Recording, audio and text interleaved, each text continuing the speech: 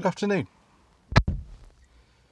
Today is the 8th of May. I'm up in Nuneaton and we're doing some filming here over the next couple of days.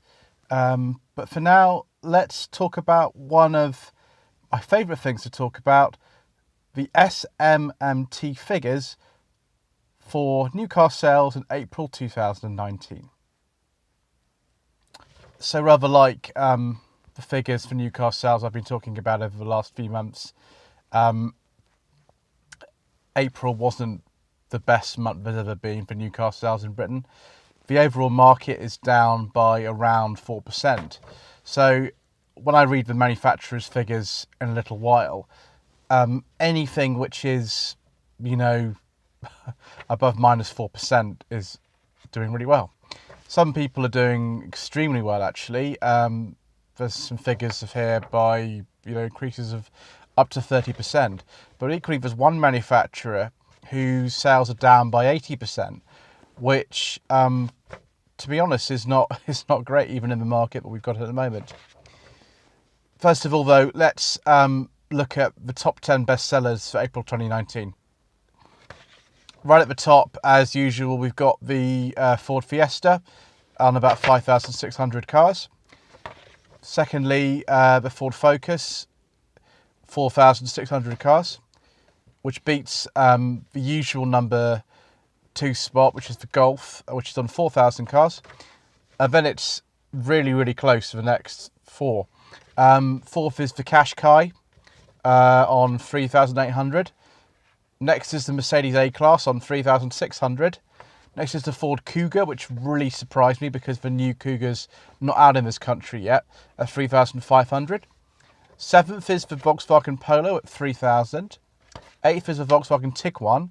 I would expect the T-Cross, which is a bit sort of a T-Roc, get a bit confused between all these Volkswagen SUVs. I would expect the T-Roc to be, somewhere approaching that sort of figure. But the Tiguan obviously is selling better than the T-Roc. That's 2,800. The ninth position is the Corsa, which is way down from last month, on 2,700. And then a new entry that I haven't seen in a while, although it's the best-selling car in Ireland, I gather, which is the Hyundai Tucson at 2,700 as well, slightly below the Corsa. The overall trends in terms of fuel are that petrol's down 3%, which, isn't actually that bad considering the whole market's down about 4%. Diesel's down 9.4%, but considering diesel's been down by up to 20 to 25% over the last few months, that's actually not too bad. Alternative fuel vehicles are up by 13%, although that could have been even more had the government not withdrawn their plug-in car grant for plug-in hybrids, which they did at the end of last year. So, a month which is a bit mixed, really, as most of them seem to be at the moment. But there are some real success stories here, as well as some really big losers. Let's start with the Fiat Chrysler cars at the top of the list, which are Abarth and Alfa Romeo. Abarth is down 41%, Alfa Romeo is down 21%. I don't know why Fiat Chrysler cars, are not doing really well at the moment. Perhaps it's the sort of dearth of new models which they've had recently. I don't really know. I'm not rushing out to buy one myself, but I know suddenly the Alfa Romeos and the Abarths have their fans. Audi's minus 5%. Bentley, although, which is a different brand owned by the same group, is up 23%. BMW is up by 20%. That's probably down to the new 3 Series coming out, I think. Citroen's down 9.8%. Dacia's up by 7%. I think perhaps if people's budgets are being squeezed for the Dacia is something that you might consider. The biggest loss of all, though, is DS, which is down by 80%, 80%. Which is amazing, really. I think it's probably down to the fact that the DS3 has now been discontinued and is being replaced by the DS Crossback. DS3 Crossback, sorry. There's a DS7 Crossback as well. But the DS3 Crossback's not actually out yet. Only I've seen press cars around. So that might pick up a bit. But DS is a bit of a weird brand. I don't really quite know who it's aimed at, and their cars are quite expensive, although they seem nice to me. Next, we've got another Fiat Chrysler brand. Fiat itself down 13%. Ford are down 10%. They've got 3 entries in the top 10, so we're not doing too badly, but maybe that's symptomatic of the market at the moment. Honda are down 6%, although some of their cars are pretty good actually. Hyundai are down 7.5%, with one exception, as I said earlier, the Tucson's doing really well at the moment. Infiniti are down 49%. Now, they only sold 37 cars last month, and the fact is they're withdrawing from Britain by the end of the year, I think. So, that's not a surprise to anyone. Jaguar was up by 8%, which is really good. Jeep, another Fiat Chrysler brand, is down by 22%. The Faces Renegade is now out, but the other products I've seen, the Wrangler's quite niche, and the Compass and the Cherokee, they don't look that good really. They seem a bit expensive to me. Kia's up by 9%. Kia and Hyundai seem to sort of switch round effectively. They, sometimes one of them's up, sometimes one of them's down. It just sort of depends really. Land Rover is up by 13%. That's really good.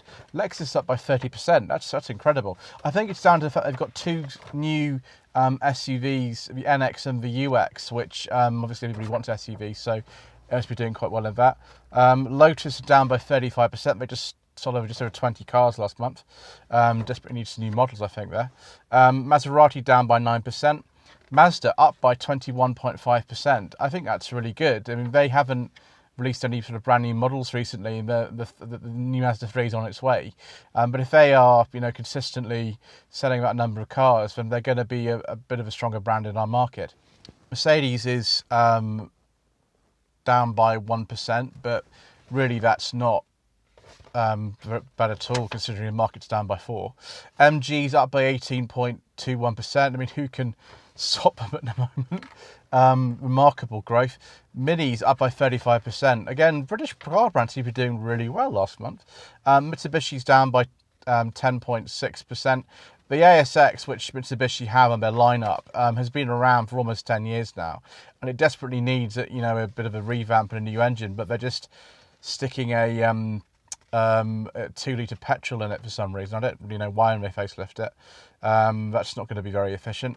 Probably the overall decline of Mitsubishi is down to the fact that the Outlander PHEV, which is the best-selling plug-in hybrid electric vehicle in Britain, has had its subsidy withdrawn.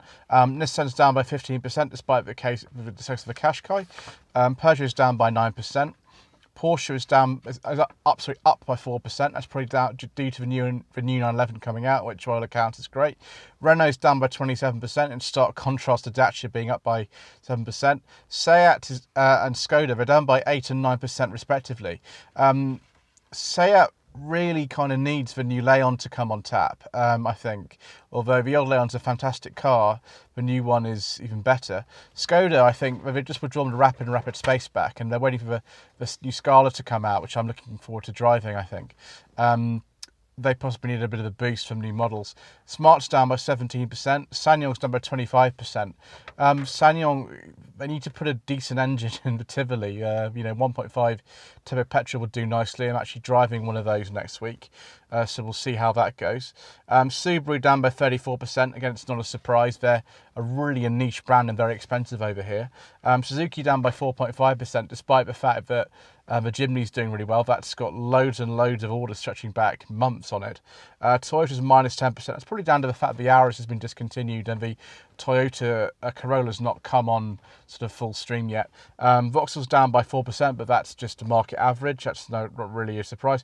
VW's up by 4%. Probably the Golf, which is really old, is still doing well, and so is the Polo Tiguan. And then Volvo's up by 5%, which is great. The new Volvos like the XC60, the XC40, the XC90, they're all excellent cars. So I hope you found that video interesting. Please don't forget to subscribe and click the bell icon to be notified of new videos. That would be wonderful if you could do that.